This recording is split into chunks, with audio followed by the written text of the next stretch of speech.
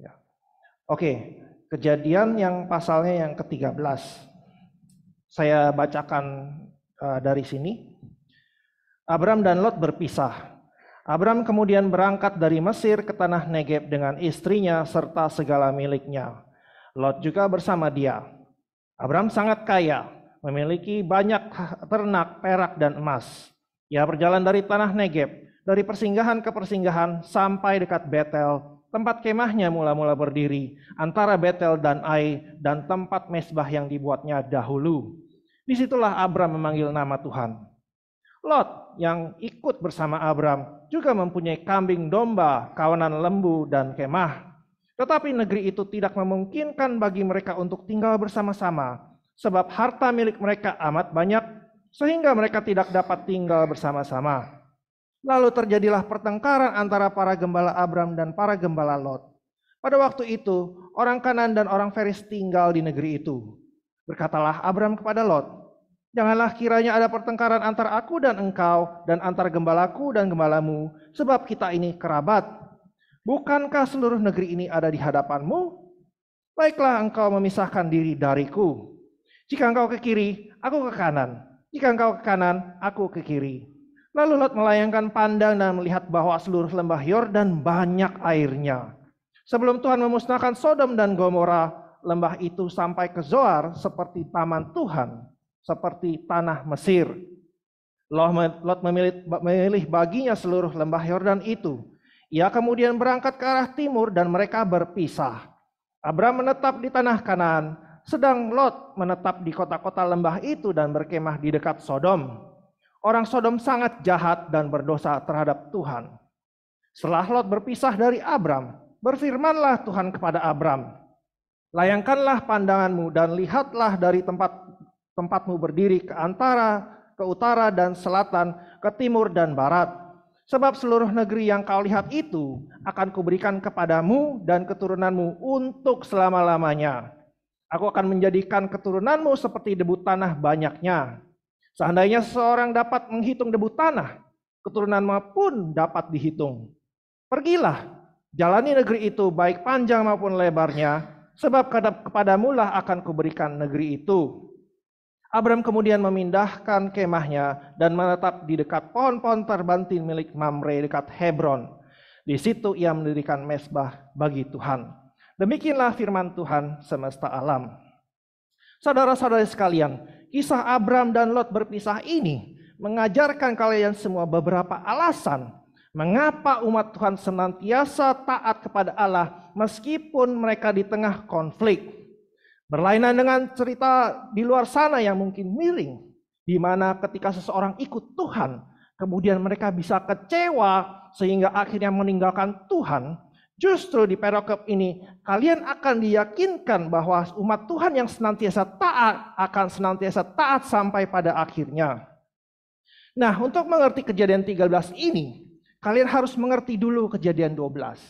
Ya, seperti yang sudah dibahas sebelum-sebelumnya oleh saudara-saudara kita di sini. Kejadian 12 berkata tentang Allah memanggil Abram yang ketika itu di tanah Haran dengan panggilan Injilnya, dan Allah menjanjikan Abram 3 hal. Yang pertama adalah janji tentang tanah atau negeri, yakni di Kanaan pada saat itu. Yang kedua adalah janji tentang Abram akan dijadikan menjadi bangsa yang besar, dan itu termasuk mempunyai nama yang masyhur. Dan kemudian Allah juga menjanjikan Abram menjadi berkat bagi banyak orang, termasuk keturunannya, yang dimana dewasa ini kita ketahui adalah lewat Sang Mesias Yesus Kristus. Lalu kemudian Abram pergi ke Mesir oleh karena bencana kelaparan. Nah, Kejadian 13 ini, Abram kemudian dari Mesir pindah lagi ke tanah perjanjian Kanaan. Di sini Abram akan diceritakan akan bertengkar dengan Lot dan kemudian berpisah, dan akhirnya kemudian Tuhan meneguhkan janjinya yang telah diucapkannya dahulu ketika Allah menampakkan dirinya. Maka dari itu, Kejadian 13 ini, dari sini ada 3 alasan yang saya mau sorot. Mengapa umat Tuhan senantiasa taat kepada Tuhan? Yang pertama adalah umat Tuhan senantiasa taat karena Allah memelihara mereka sejak Allah memanggil dan mengikat perjanjian dengan mereka.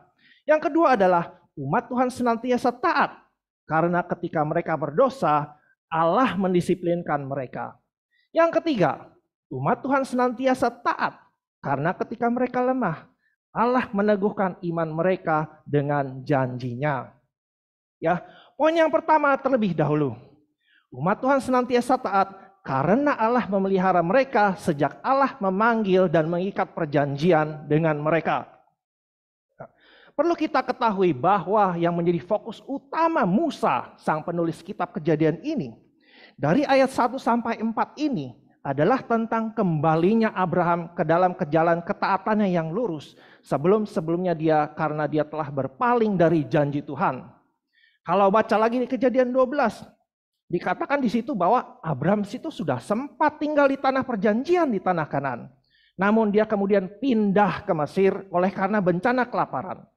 Bencana kelaparan itu membuat dia takut.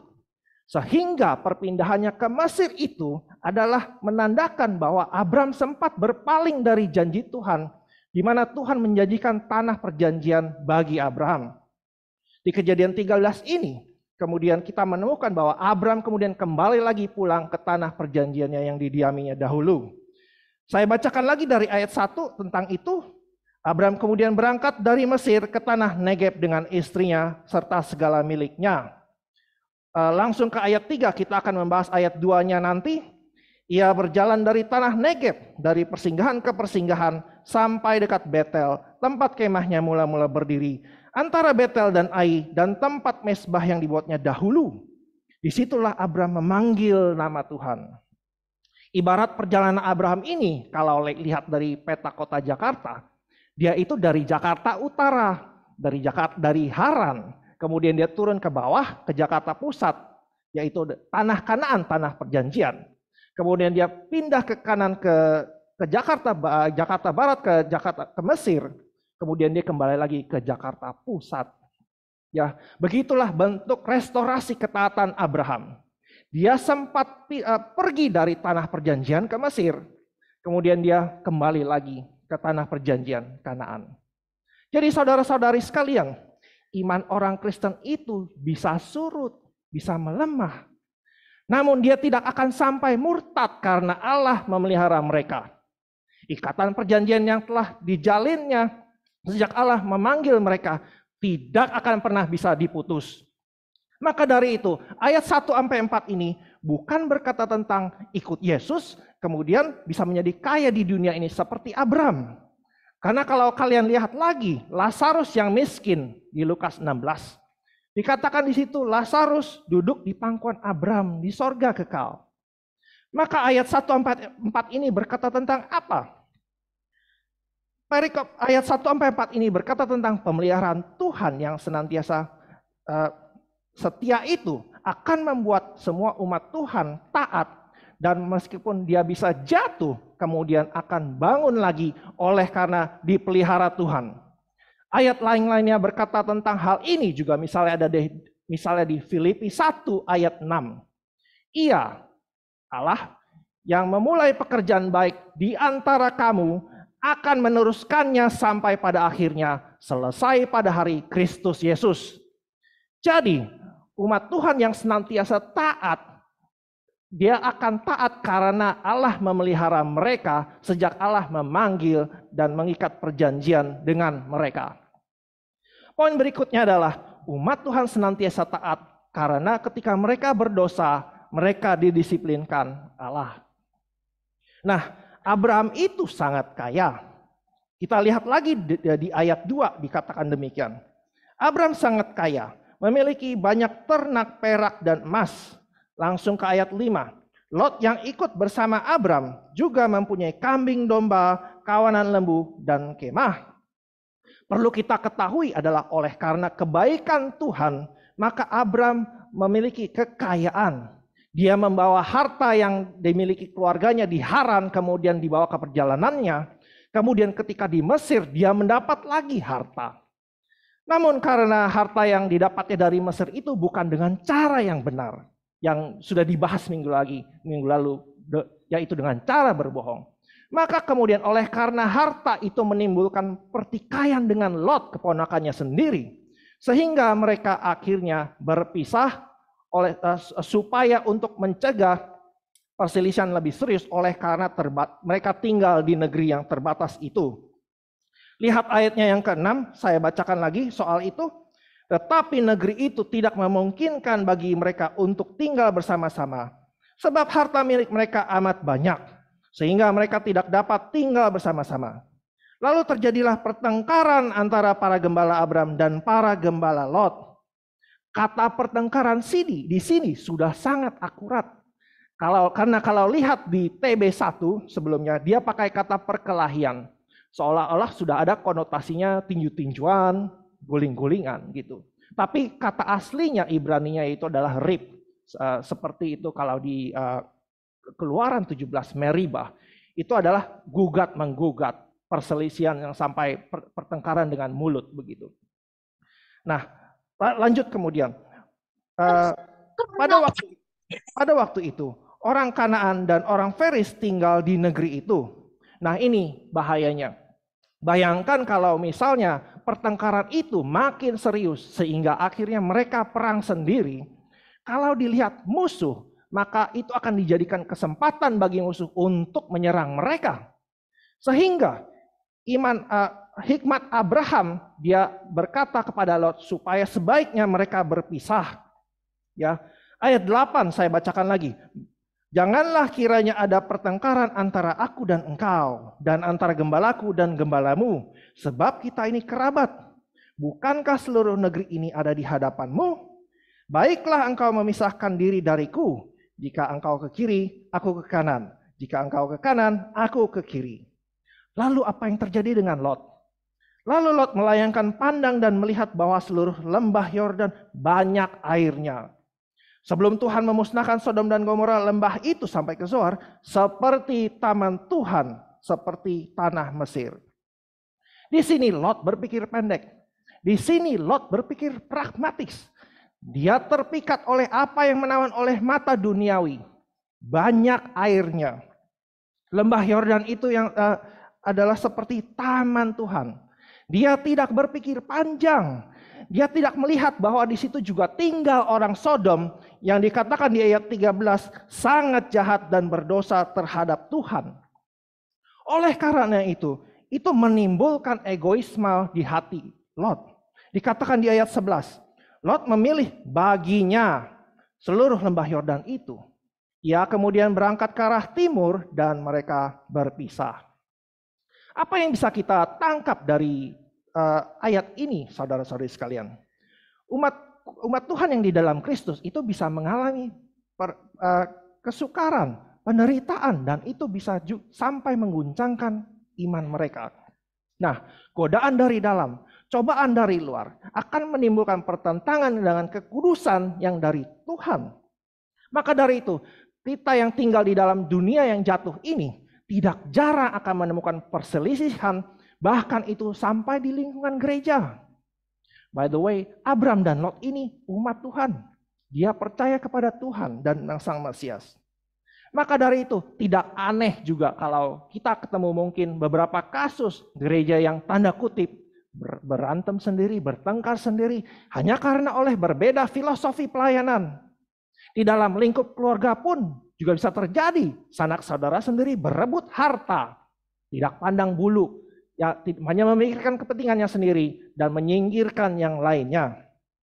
Nah, saudara-saudari, Alkitab secara umum mengajarkan hendaklah sesama umat Tuhan menjaga keharmonisan di dalam satu tubuh Kristus. Baik juga terhadap orang-orang non-Kristen, juga terhadap tetangga-tetangga dalam hidup bermasyarakat.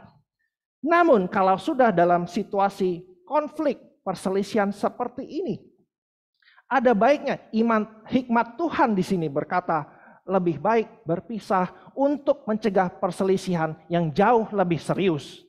Dalam kasus-kasus misalnya KDRT yang sangat serius, kalau sudah didisiplinkan terus-menerus tidak mempan, ini ada opsinya seperti ini.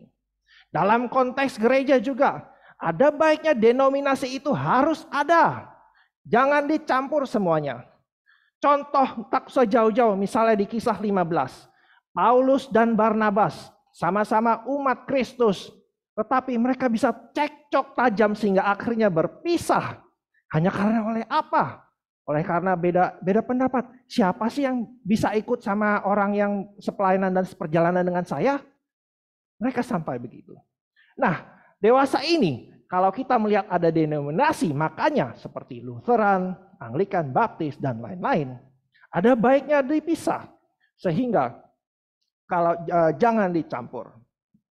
Nah, yang terpenting adalah pada malam ini yang harus kalian tangkap dan mengerti adalah perpisahan antara manusia yang pertama dan dari Tuhan. Ya, oleh karena dosa Adam yang pertama membuat semua manusia, yakni Adam dan keturunannya, berpisah dari Tuhan. Semua manusia sejak saat itu menjadi pendosa. Allah kemudian mengadakan permusuhan antara keturunan perempuan dan keturunan ular. Nah, Abram di sini adalah termasuk keturunan perempuan dan dia di sini didisiplinkan oleh Allah. Lot pun termasuk keturunan perempuan kecuali keturunannya, ya.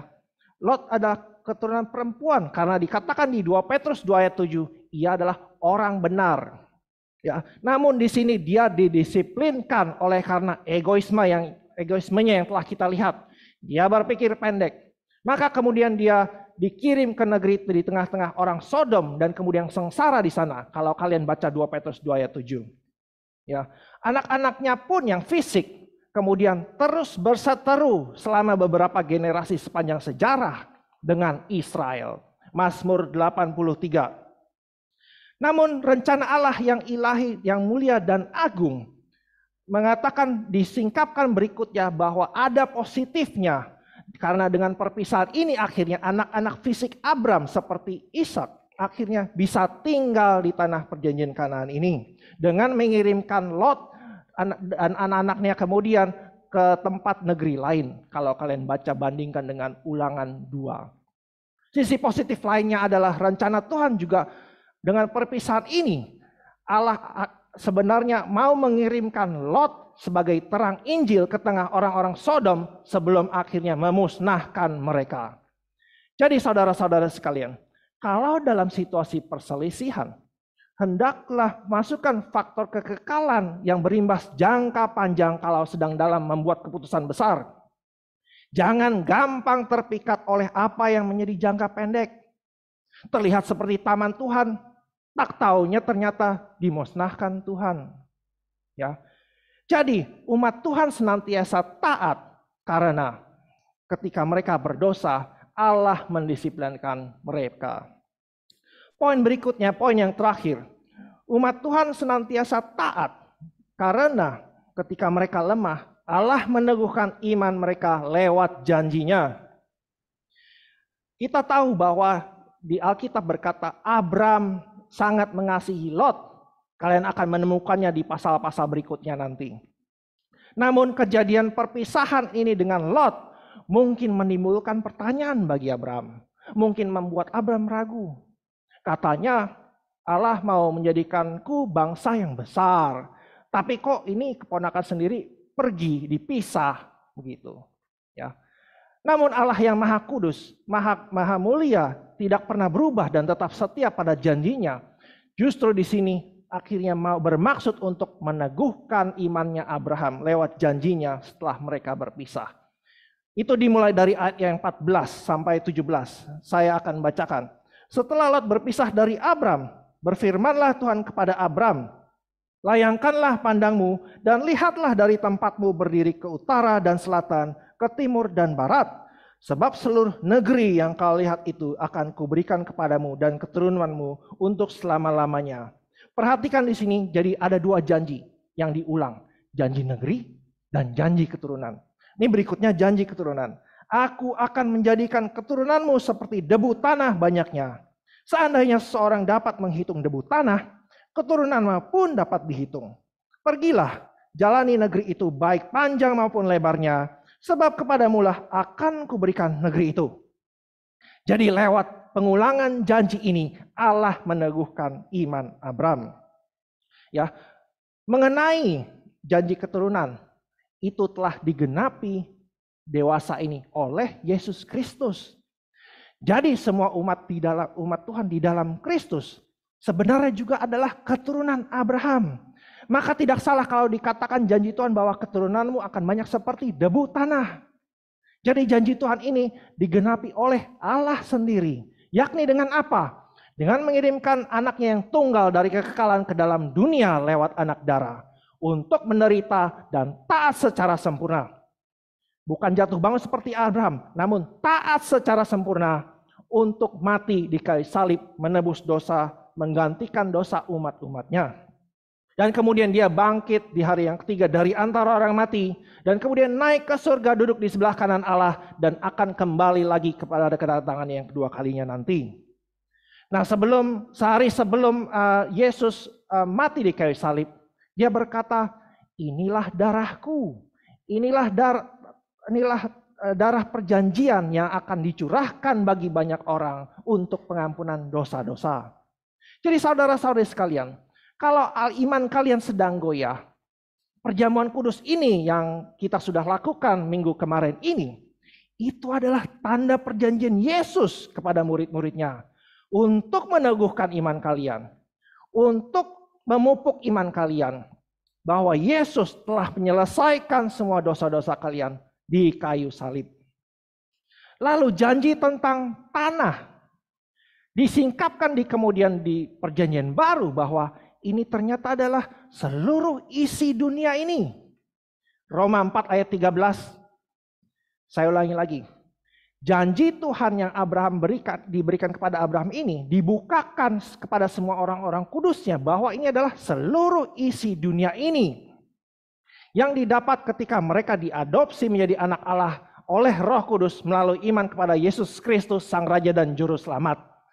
Kita sekarang ini belum melihatnya, namun hal tersebut kepastian mendapatkannya telah dijamin oleh Roh Kudus yang tinggal di antara semua umat orang di dalam Kristus. Jadi, saudara-saudara sekalian, 3 hal malam ini yang harus kalian ingat. 3 alasan mengapa umat Tuhan senantiasa taat. Yang pertama adalah karena Allah memelihara mereka sejak Allah memanggil dan mengikat perjanjian dengan mereka. Yang kedua, umat Tuhan senantiasa taat karena ketika mereka berdosa, Allah mendisiplinkan mereka. Yang ketiga, umat Tuhan senantiasa taat karena ketika mereka lemah, Allah meneguhkan iman mereka lewat janjinya. Tutup cerita di akhir ayat ini, di ayat yang 18. Abraham kemudian mendirikan mezbah lagi bagi Tuhan di dekat Hebron. Yang tadi sebelumnya di Kejadian 12 itu dekat Betel. Ini dia bangun lagi mezbah di dekat Hebron. Sebagai apa? Sebagai bukti ketaatannya. Ya. Nah, pada malam ini, bagaimana dengan saudara-saudari sekalian? Satu pesan pada malam ini. Percayalah pada Allah yang tidak pernah berubah dan tetaplah hidup setia senantiasa di dalam janji Tuhan yang didapat melalui oleh karena anugerah Allah saja. Tuhan Yesus memberkati. Ya. Terima kasih.